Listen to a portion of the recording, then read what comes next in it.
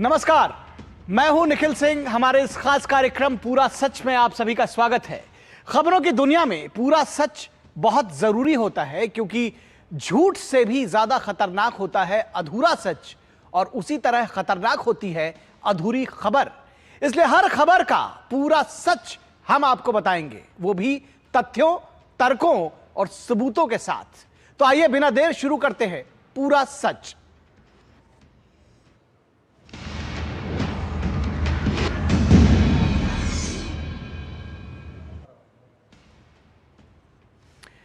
तो आज पाकिस्तान के कब्जे वाले कश्मीर यानी पीओके में बगावत अपने पूरे चरम पर पहुंच चुकी है। यहां रोज आजादी के नारे लग रहे हैं। यहां के लोग अब अपने राज्य को भारत में मिलाने की बात भी कर रहे हैं। लेकिन बड़ा सवाल यह भी है कि आखिर पूरा कश्मीर भारत का है, तो फिर यह इस पीओके वाले पाकिस्तान पर कैसे पाकिस्तान ने कब्जा कर लिया। इसलिए आज पूरा सच में हम आपको पीओके का पूरा इतिहास बताएंगे और साथ ही चर्चा करेंगे उस ऐतिहासिक गलती की जिसकी वजह से आज पीओके पर पाकिस्तान का नापाक कब्जा है। आज उठेगा यह सवाल कि अगर 1948-49 में भारत पाकिस्तान के खिलाफ युद्ध में सीज फायर न करता तो क्या आज पूरा कश्मीर हमारा होता। साथ ही आज आपको बताएंगे कि कश्मीर के इस युद्ध में हिस्सा लेने वाले दो सेना के बड़े जनरलों का क्या कहना था। आखिर क्या इन दो जनरलों ने यह दावा किया था कि नेहरू ने एक विदेशी व्यक्ति के दबाव में यह फैसला लिया। आज हम आपको बताएंगे कि कश्मीर पर नेहरू के किस भाषण को ऑल इंडिया रेडियो पर क्यों रोकना चाहते थे सरदार पटेल। साथ ही आपको यह भी बताएंगे कि उस समय के कांग्रेस के किन बड़े बड़े नेताओं ने की थी नेहरू की कश्मीर पॉलिसी की आलोचना। तो आज ऐसे कई राज खुलेंगे, इसलिए बिना देर किए देखते हैं पूरा सच पूरे विस्तार के साथ। पिछले कई हफ्तों से पाकिस्तान के अवैध कब्जे वाले कश्मीर में हालात बेहद तनावपूर्ण बने हुए हैं। आम जनता का गुस्सा इस कदर फूट रहा है कि सड़कें प्रदर्शनकारियों से पटी पड़ी हैं और इस्लामाबाद में बैठी सरकार के हाथ पांव फूल गए हैं। महंगाई, बिजली संकट और बुनियादी अधिकारों की मांग को लेकर शुरू हुआ यह आंदोलन अब एक निर्णायक मोड़ पर पहुंच चुका है। हालिया घटनाक्रम में फिलहाल प्रदर्शनकारियों ने पीओके की राजधानी मुजफ्फराबाद की तरफ कूच करने के अपने लॉन्ग मार्च को आखिरी समय पर टाल दिया। लेकिन यह शांति सिर्फ तूफान से पहले की खामोशी जैसी है। जॉइंट आवामी एक्शन कमेटी ने पाकिस्तान सरकार को 21 जुलाई तक का सख्त अल्टीमेटम दिया है। उनका साफ कहना है कि अगर तय समय सीमा के भीतर उनकी सभी मांगें पूरी नहीं की गई तो 22 जुलाई से आर पार की लड़ाई शुरू होगी और मुजफ्फराबाद लॉन्ग मार्च फिर से शुरू कर दिया जाएगा। हालांकि पीओके में सभी धरने और प्रदर्शन पहले की तरह ही जारी हैं। लॉन्ग मार्च सिर्फ टला है, लेकिन जन आंदोलन जारी है और इंकलाब के नारे अभी भी बुलंद हो रहे हैं।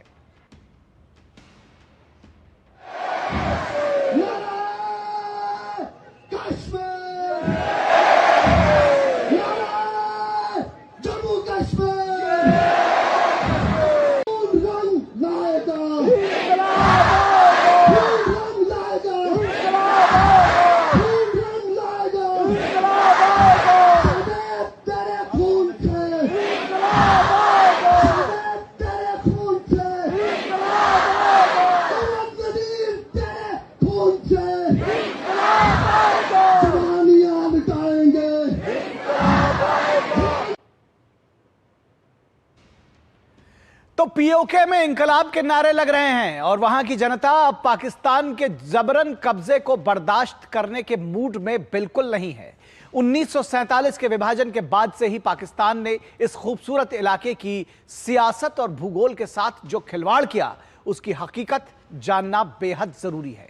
आइए एक नजर डालते हैं पीओके के भूगोल, आबादी, शासन व्यवस्था और गिलगिट बाल्टिस्तान को इससे अलग किए जाने के इतिहास पर। पाकिस्तान अधिकृत कश्मीर के दो मुख्य हिस्से हैं, पहला कश्मीर का इलाका और दूसरा गिलगिट बाल्टिस्तान का। इसका प्रशासनिक केंद्र या राजधानी मुजफ्फराबाद है। हालिया जनगणना के आंकड़ों के मुताबिक यहां की कुल आबादी 43,30,000 है। लेकिन रोजगार की कमी के चलते पीओके के युवाओं का एक बड़ा हिस्सा विदेशों में या फिर पाकिस्तान के दूसरे शहरों में काम करता है। कागजों पर पाकिस्तान ने पीओके को एक अर्ध स्वायत्त यानी कि सेमी ऑटोनमस क्षेत्र का दर्जा दे रखा है, जिसका कथित तौर पर अलग संविधान, राष्ट्रपति, प्रधानमंत्री और सुप्रीम कोर्ट भी है। लेकिन असल ताकत कश्मीर काउंसिल के पास होती है, जिसका अध्यक्ष खुद पाकिस्तान का प्रधानमंत्री होता है। अब बात इतिहास के उस सबसे बड़े धोखे की जिसके जरिए पाकिस्तान ने पीओके से गिलगिट बाल्टिस्तान को काटकर अलग कर दिया। 1947 में कबायलियों के भेष में पाकिस्तानी सेना ने जम्मू कश्मीर के एक बड़े विशाल भूभाग पर कब्जा कर लिया, जिसमें गिलगिट और बाल्टिस्तान भी शामिल थे। पाकिस्तान ने सोची समझी रणनीति के तहत पीओके के कठपुतली सरकार से 1949 में कराची समझौते पर हस्ताक्षर करवाए। इसके तहत पीओके के नेताओं से गिलगिट बाल्टिस्तान का पूरा प्रशासनिक नियंत्रण छीनकर सीधे पाकिस्तान सरकार को सौंप दिया गया। साल 1972 में जुल्फिकार अली भुट्टो ने इन क्षेत्रों को औपचारिक रूप से उत्तरी क्षेत्र के रूप में एक प्रशासनिक इकाई बना दिया। 2009 में इनका नाम बदलकर गिलगिट बाल्टिस्तान कर दिया गया और दिखाने के लिए विधानसभा और मुख्यमंत्री की व्यवस्था भी कर दी गई। साफ है, दशकों के जबरन कब्जे, अधिकारों की डकैती और बेइंतहा शोषण ने आज पीओके और गिलगिट बाल्टिस्तान के लोगों को बगावत की राह पर लाकर खड़ा कर दिया है। तो पूरा का पूरा कश्मीर भारत का अभिन्न अंग है। कश्मीर की एक एक इंच जमीन पर भारत का हक है, लेकिन कश्मीर का एक हिस्सा जिसे हम पीओके कहते हैं, वो आखिर पाकिस्तान के कब्जे में कैसे आ गया? इसका पूरा सच जानना भी बेहद जरूरी है और इस पूरे सच को समझने के लिए हमें थोड़ा इतिहास में जाना होगा। तो बात 22 अक्टूबर 1947 की है। पाकिस्तानी सेना ने कबायलियों के भेष में कश्मीर पर आक्रमण कर दिया। दुश्मन की यह सेना बहुत तेजी से श्रीनगर की तरफ बढ़ रही थी और पूरा जम्मू कश्मीर किसी भी वक्त पाकिस्तान के हाथ में जा सकता था। इसी बीच 26 अक्टूबर 1947 को कश्मीर के राजा हरि सिंह ने अपने पूरे राज्य का भारत में विलय कर लिया और इसी के साथ अगले ही दिन यानी 27 अक्टूबर की सुबह भारतीय सेना श्रीनगर एयरपोर्ट पर उतर गई। इसके बाद भारतीय सेना ने पाकिस्तानी सेना को कश्मीर से धकेलने का काम शुरू किया। अगले एक वर्ष में भीषण संघर्ष के बाद भारतीय सेनाओं ने पाकिस्तान की सेना और कबायलियों को लेह, लद्दाख, कारगिल, द्रास, पुंछ, राजौरी, उरी, बारामूला, नौशेरा जैसे इलाकों से खदेड़ कर भगा दिया। दिसंबर 1948 तक आते आते भारतीय सेना तेजी से मुजफ्फराबाद की तरफ बढ़ रही थी। यह वही शहर है जो आज पीओके की राजधानी है। लेकिन भारतीय सेना इस आखिरी किलो को ढहाती इससे पहले ही 1 जनवरी 1949 को यूनाइटेड नेशंस के प्रेशर में तत्कालीन प्रधानमंत्री पंडित जवाहरलाल नेहरू ने युद्ध विराम यानी सीज फायर का ऐलान कर दिया। और आज भी यह सवाल उठाया जाता है कि अगर भारत तब सीज फायर नहीं करता तो भारतीय सेना पूरे कश्मीर को, जिसमें आज का यह पीओके भी शामिल है, उसे आजाद करा लेती और आज पाकिस्तान का इस पर नाजायज कब्जा नहीं होता। यहां यह जानना भी बेहद जरूरी है कि उस युद्ध में उस समय भारत के 1104 वीर सैनिकों ने बलिदान दिया था। वहीं पाकिस्तान को बहुत बड़ा नुकसान हो चुका था, उसके करीब 6000 सैनिक मारे गए थे। भारत का पलड़ा भारी था, लेकिन सीज फायर ने सब कुछ बदल दिया। यह एक ऐसा फैसला था जिसकी कीमत आज तक भारत चुका रहा है। उस समय भी नेहरू के इस फैसले से सेना के कई वरिष्ठ अधिकारी नाराज हुए थे। इन्हीं में से एक थे भारत के पहले field marshal general KM. Cariappa, जो उस समय कश्मीर के भारतीय सेनाओं का नेतृत्व कर रहे थे। फील्ड मार्शल करियप्पा के सामने नेहरू ने खुद माना था कि उन्होंने सीज फायर करके एक बड़ी भूल कर दी है और यह खुलासा हुआ है फील्ड मार्शल करियप्पा की जीवनी में। और इस जीवनी को लिखा है उनके बेटे एयर मार्शल ए.सी. करियप्पा ने। वो अपने पिता फील्ड मार्शल करियप्पा की जीवनी में लिखते हैं कि 1948 में भारतीय सेना पूरी तरह तैयार थी और उसे पूरा भरोसा था कि वो कश्मीर के अधिकांश हिस्से से पाकिस्तानियों को खदेड़कर फिर से कब्जा कर लेगी। लेकिन 31 दिसंबर 1948 की मध्यरात्रि को युद्ध विराम के आदेश आ गए। तब जनरल करियप्पा ने कहा कि सेना बहुत निराश थी, लेकिन आदेश तो आदेश होते हैं, कुछ साल बाद जनरल करियप्पा ने नेहरू से युद्ध विराम का कारण पूछा, तब नेहरू का जवाब था, संयुक्त राष्ट्र सुरक्षा परिषद यानी यूएनएससी ने कहा था कि अगर हम आगे बढ़ते हैं तो इससे युद्ध छिड़ सकता है, इसलिए यूएनएससी के अनुरोध के बाद हम युद्ध विराम पर सहमत हो गए। नेहरू ने करियप्पा से आगे कहा कि सच कहूं तो पीछे मुड़कर देखने पर मुझे लगता है कि हमें आपकी सेना को 10 या 15 दिन और देने चाहिए थे, तो तब हालात अलग होते।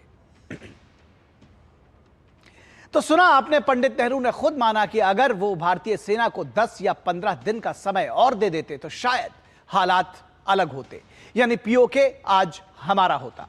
लेकिन बड़ा सवाल यह है कि आखिर नेहरू ने अचानक सीज फायर का ऐलान क्यों कर दिया। उस समय के कई जानकारों का मानना है कि नेहरू ने यह फैसला अपने दोस्त लॉर्ड माउंटबेटन के प्रेशर में लिया था। समकालीन लेखकों की कई किताबें इस बात की पुष्टि करती हैं कि माउंटबेटन नहीं चाहते थे कि भारत कश्मीर में सेना भेजे। तो सच क्या था, यह जानने के लिए आज हम सहारा लेंगे उस समय के एक और बड़े सैन्य अधिकारी लेफ्टिनेंट जनरल एपीपी थोराट का। एसपीपी थोराट, जनरल थोराट 1947 के पाकिस्तान युद्ध के समय मेजर जनरल थे। अपने अनुभवों पर उन्होंने एक पुस्तक लिखी है जिसका नाम है फ्रॉम रिवेली टू रिट्रीट, और इस किताब के पेज नंबर 101 पर लेफ्टिनेंट थोराट लिखते हैं कि हमारी सेनाएं पाकिस्तानी आक्रमणकारियों को कश्मीर से खदेड़ने में सफल हो सकती थी यदि प्रधानमंत्री नेहरू ने भारतीय सेना को रोक कर न रखा होता और बाद में जाकर हमें युद्ध विराम का आदेश न दिया होता। जाहिर है लॉर्ड माउंटबेटन ने उन पर बहुत दबाव डाला होगा। पंडित नेहरू लॉर्ड माउंटबेटन के बहुत अच्छे पारिवारिक मित्र थे। 1947 में कश्मीर के मुद्दे पर नेहरू की ये कोई इकलौती गलती नहीं थी। जानकारों के मुताबिक नेहरू की सबसे बड़ी गलती थी कश्मीर के मुद्दे को यूएन में ले जाना, जिसकी वजह से पाकिस्तान आज हर अंतर्राष्ट्रीय मंच पर कश्मीर के मुद्दे को उठाता है। दरअसल इसके पीछे भी जवाहरलाल नेहरू को जिम्मेदार माना जाता है। नेहरू जी ने ही सबसे पहले कश्मीर में जनमत संग्रह कराने की बात कही थी। नेहरू ने 2 नवंबर 1947 को ऑल इंडिया रेडियो में अपने भाषण में जनमत संग्रह करवाने का ऐलान किया था। नेहरू की इस घोषणा से सरदार पटेल सहमत नहीं थे और उन्होंने नेहरू के भाषण को रोकने की भी कोशिश की थी। यह बात मैं नहीं कह रहा हूं। उस दिन क्या हुआ था इसका वर्णन किया है सरदार पटेल के पर्सनल सेक्रेटरी और आईएएस अधिकारी वी शंकर ने अपनी किताब रेमिनिसेंस विद सरदार पटेल में। वो अपनी इस मशहूर किताब के पेज नंबर 134 पर लिखते हैं कि लॉर्ड माउंटबेटन ने नेहरू को इस बात के लिए तैयार कर लिया था कि वे रेडियो से यह घोषणा करें कि भारत कश्मीर में जनमत संग्रह करवाने के लिए तैयार है। नेहरू का यह भाषण रात 8:30 बजे प्रसारित होना था। प्रधानमंत्री नेहरू उस दिन बहुत व्यस्त थे, इसलिए उन्होंने अपने भाषण की कॉपी रात में 8:15 पर सरदार पटेल के पास भेजी। पटेल ने जैसे ही इस भाषण में जनमत संग्रह की बात लिखी देखी तो उन्होंने पंडित नेहरू के घर पर फोन लगाया, लेकिन वो अपने घर से ऑल इंडिया रेडियो के दफ्तर के लिए निकल चुके थे। इसके बाद सरदार पटेल ने मुझे ऑल इंडिया रेडियो के दफ्तर जाने का आदेश दिया। उन्होंने मुझे कहा कि मैं नेहरू को यह संदेश दूं कि वो अपने भाषण से जनमत संग्रह वाली लाइन हटा दें। मैं बहुत तेजी से ऑल इंडिया रेडियो के दफ्तर पहुंचा, लेकिन तब तक नेहरू स्टूडियो में अपना भाषण पढ़ना शुरू कर चुके थे। तो कश्मीर के मुद्दे को यूएन में ले जाने का विरोध करने वालों में खुद गांधी नेहरू परिवार के लोग भी शामिल हैं। इन्हीं में से एक है पूर्व विदेश मंत्री नटवर सिंह। नटवर ने बतौर इंडियन फॉरेन सर्विस के एक अधिकारी के तौर पर खुद नेहरू के साथ कुछ समय के लिए काम किया था। नटवर सिंह ने अपनी पुस्तक one life is not enough के पेज नंबर 114 पर लिखा है, कश्मीर मसले को सुरक्षा परिषद में ले जाना नेहरू की एक बहुत बड़ी भूल थी। उन्होंने ऐसा करके एक आंतरिक मसले को अंतर्राष्ट्रीय रूप दे दिया। नेहरू के एक भूल यह भी थी कि वो इसे यूएन चार्टर के 6ठे चैप्टर के अधीन ले गए, जो कि विवादों को संबोधित करता है। उन्हें कश्मीर समस्या को चैप्टर 7 के अधीन ले जाना चाहिए था, जो आक्रामकता से निपटता है। कश्मीर मसले में नेहरू ने अपनी निर्णय क्षमता पर निजी भावनाओं को हावी होने दिया, जो नेहरू जैसे महान राजनीतिज्ञ की ओर से की गई एक बड़ी भूल थी। यूएन की सिक्योरिटी काउंसिल के सदस्यों ने यह उचित कहा था कि ऐसा करके भारत ने स्वीकार कर लिया है कि कश्मीर मामले पर विवाद है। और कश्मीर की धरती पर हुए पहले आतंकी हमले का जिक्र प्रधानमंत्री नरेंद्र मोदी भी कई बार कर चुके हैं। पिछले साल मई में गांधीनगर की जनसभा में प्रधानमंत्री मोदी ने कहा था कि 1947 में पाकिस्तान ने आतंकवादियों के बलबूते कश्मीर का एक हिस्सा हड़प लिया था। अगर उसी समय इन्हें मौत के घाट उतार दिया गया होता तो भारत को आज आतंकवाद की समस्या का सामना नहीं करना पड़ता।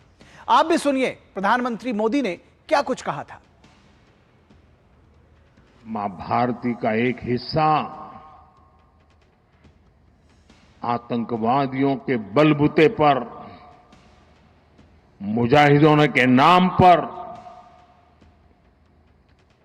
पाकिस्तान ने हड़प ले लिया।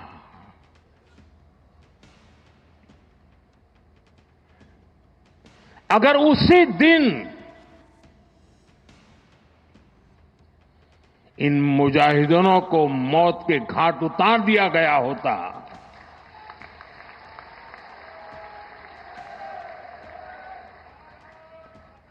और सरदार पटेल की इच्छा थी कि पीओके वापस नहीं आता है तब तक सेना रुकनी नहीं चाहिए, लेकिन सरदार साहब की बात मानी नहीं गई और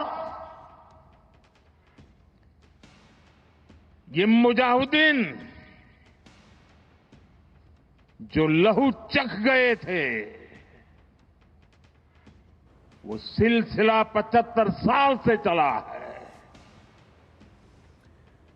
तो आज पीओके जो पाकिस्तान के कब्जे में है उसे लेकर बार बार भारत के पहले प्रधानमंत्री जवाहरलाल नेहरू को जिम्मेदार बताया जाता है। समकालीन जानकारों का मानना है कि नेहरू ने न केवल सीज फायर करके गलती की, बल्कि 1947 में नेहरू अगर कश्मीर के विलय में देरी नहीं करते तो आज पूरा कश्मीर भारत का हिस्सा होता। आखिर इसका पूरा सच क्या है, इसकी पड़ताल करना भी बेहद जरूरी है।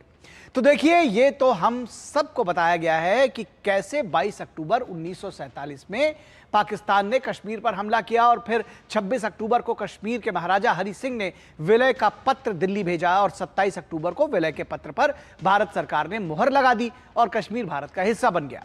लेकिन यह इतिहास जो हमें बताया गया है वो अधूरा है, यह अधूरा सच है। हमें यह कभी नहीं बताया गया कि कश्मीर का भारत में बहुत पहले ही विलय हो सकता था, और अगर यह विलय पहले ही हो जाता तो 1/3 कश्मीर जो आज पाकिस्तान के कब्जे में है उस पर आज तिरंगा लहरा रहा होता।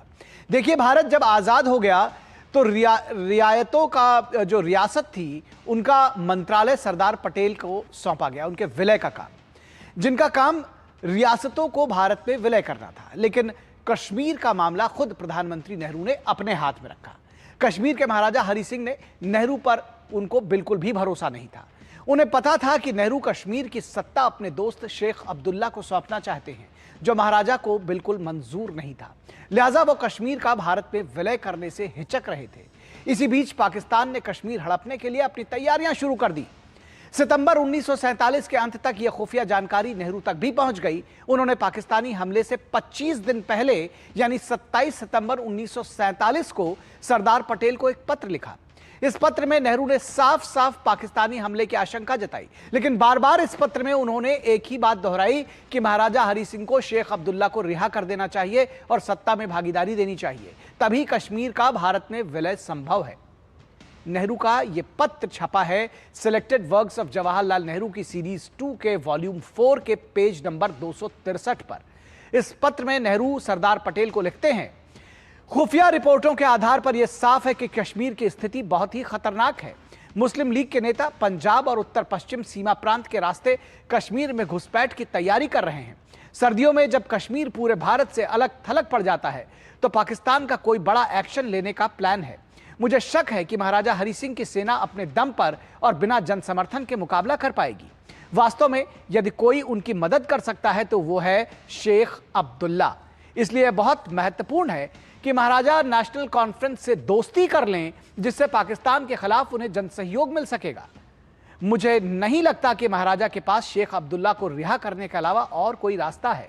मुझे लगता है कि कश्मीर का भारत में तत्काल विलय हो जाना चाहिए, लेकिन ऐसा तभी संभव होगा जब महाराजा और शेख अब्दुल्ला की नेशनल कॉन्फ्रेंस के बीच शांति हो और दोनों मिलकर स्थिति को संभालने का कार्य करें। मुख्य बात यह है कि महाराजा शेख अब्दुल्ला का विश्वास और सहयोग प्राप्त करें।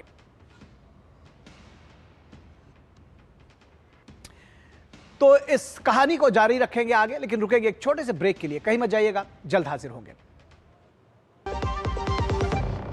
असली सपने वो नहीं होते जो हम नींद में देखते हैं। असली सपने वो होते हैं जो हमें सोने नहीं देते। Hi sir. लेकिन क्या इनके सपने साकार होंगे?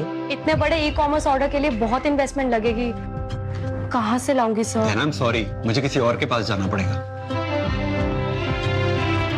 क्या हो जाएंगे इनके सपने चकनाचूर?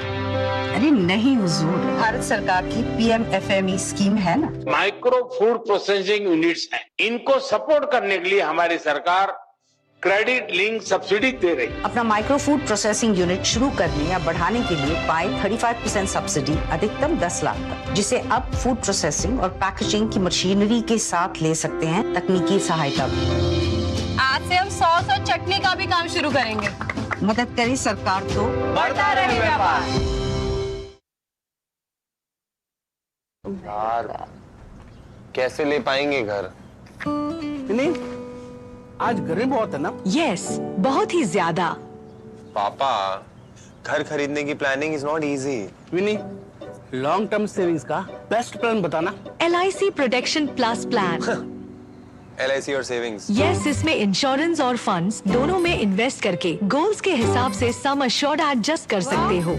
LIC protection plus plan, future insured, growth assured. Platform number 2 से चलने वाली सुपरफास्ट एक्सप्रेस के यात्रियों आई एम हियर। तुम्हें नहीं, इसे मोबाइल चार्ज करना। दिमाग चार्ज कर अपना। ऐसे पब्लिक पोर्ट से फोन चार्ज किया तो पर्सनल डेटा होगा पब्लिक। देखा? पापा रुको, मैं पे करता हूँ। No signal. अब क्या करोगे? फ्री वाईफाई है ना? बुद्धू, सुधर जा।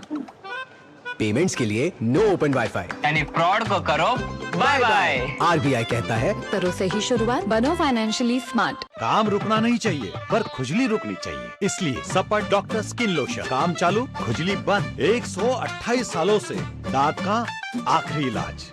एक बात समझ लीजिए, ना बीमारी दुनिया से कहीं जाने वाली है और ना ही हॉस्पिटल के खर्चे। बस आपको ये सोचना होगा कि हॉस्पिटल का बिल कौन भरेगा, आप या आपकी इंश्योरेंस पॉलिसी। आज ही पॉलिसी बाजार से हेल्थ इंश्योरेंस लीजिए। पॉलिसी बाजार पे 1 करोड़ का हेल्थ इंश्योरेंस सिर्फ 550 रुपए हर महीने से शुरू होता है। गोल्डी छोले मसाले, जहाँ जाए रिश्ते बनाए। गोल्डी लाए हैं फ्रेश लॉक टेक्नोलॉजी, जो रखे मसालों को हर समय फ्रेश। स्वागत है आपका ब्रेक के बाद। और ब्रेक पर जाने से पहले हमने आपको बताया था कि नेहरू को पाकिस्तान के हमले की खुफिया जानकारी थी। तो हम आपको बताएंगे कि आखिर नेहरू को खुफिया जानकारी सही निकली और इसी बीच 22 अक्टूबर को पाकिस्तान ने कश्मीर पर हमला बोल दिया। और इसी के बाद शुरू होता है नेहरू का असली खेल। कबायली तेजी से आगे बढ़ रहे थे। ये देखते हुए महाराजा हरि सिंह ने 24 अक्टूबर 1947 को ही जम्मू कश्मीर के उप प्रधानमंत्री रामलाल बत्रा को विलय पत्र लेकर दिल्ली भेज दिया था। आप सोच रहे होंगे कि जब 24 अक्टूबर को ही महाराजा हरि सिंह का विलय पत्र दिल्ली आ गया तो इसे उसी समय स्वीकार क्यों नहीं कर लिया गया? आखिर 3 दिन की देरी क्यों की गई?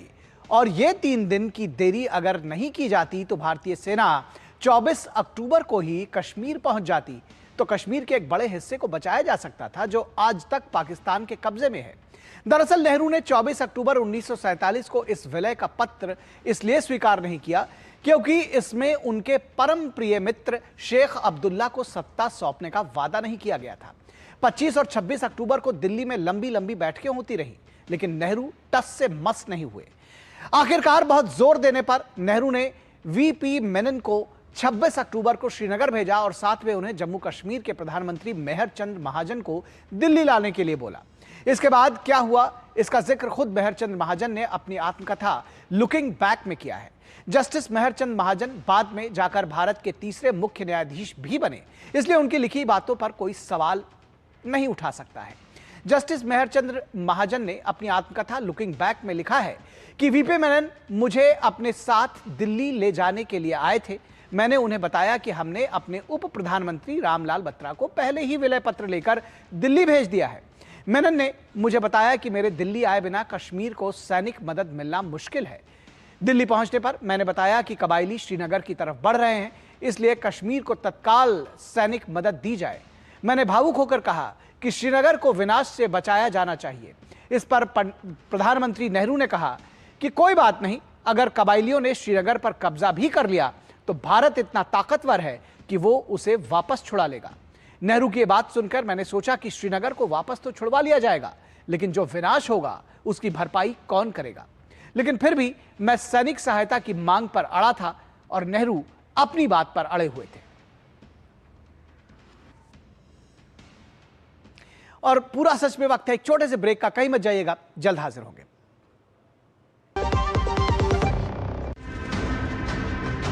कदम तैयार है, बिल्कुल तैयार है, कदम तैयार है, बिल्कुल तैयार है, जी जाने से तैयार है, इसीलिए तो हम लहरों के पहरेदार हैं। जय भारती, जय भारती, हम हैं नौसेना, हम हैं भारत के सारथी। जय भारती, जय भारती, हम हैं नौसेना, हम हैं भारत के सारथी, सारथी, सारथी। पढ़ता है, खेलता है, झूलता उछलता है, दौड़ता कभी कभी दौड़ कराता है, आगे आगे बढ़ता है इंडिया, अमूल दूध पीता है इंडिया। जब धरती चीर कर निकलता है लोहे का पत्थर और मिलता है मोंगिया के जोश से, फिर तपता है, पिघलता है और बनता है फौलाद। अब होता है सरिया सारी खूबियों के साथ। मोंगिया स्टील, मजबूत देश का मजबूत सरिया। पर्यटन केवल घूमने फिरने तक सीमित नहीं, बल्कि संस्कृति, रोजगार और आर्थिक विकास का मजबूत आधार है। प्रधानमंत्री श्री नरेंद्र मोदी की मंशा अनुरूप और मुख्यमंत्री डॉक्टर मोहन यादव के नेतृत्व में मध्य प्रदेश का पर्यटन अब अंतर्राष्ट्रीय स्तर पर नई पहचान बना रहा है। वसुधैव कुटुम्बकम की भावना के साथ मध्य प्रदेश देश विदेश से आने वाले हर पर्यटक का आत्मीय स्वागत कर रहा है। मध्य प्रदेश आके हमें प्रकृति, संस्कृति और आध्यात्मिकता का अनुभव हुआ। यहाँ की साफ सफाई, व्यवस्थाएं और लोगों का अपनापन हमारी यात्रा को यादगार बना गया। मध्य प्रदेश सरकार का बहुत बहुत धन्यवाद। ग्रामीण पर्यटन, वेलनेस और इको टूरिज्म जैसे नए क्षेत्रों पर विशेष फोकस के साथ मध्य प्रदेश सतत विकास और बेहतर पर्यटन अनुभव की दिशा में तेजी से आगे बढ़ रहा है। धार्मिक पर्यटन की दृष्टि से और अन्य पर्यटकों की दृष्टि से अगर कोई पर्यटक आए किसी राज्य में, हाँ हमें गर्व है मध्य प्रदेश वो स्थान है जहाँ सर्वाधिक रूप से टूरिज्म का सेक्टर सबसे अच्छी गति से बढ़ा। गोल्डी छोले मसाले, जहाँ जाए रिश्ते बनाए। गोल्डी लाए हैं फ्रेश लॉक टेक्नोलॉजी, जो रखे मसालों को हर समय फ्रेश। तो आज पूरा सच के इस अंक में बस इतना ही। तो मुझे और मेरी पूरी टीम को दीजिए अनुमति। नमस्कार।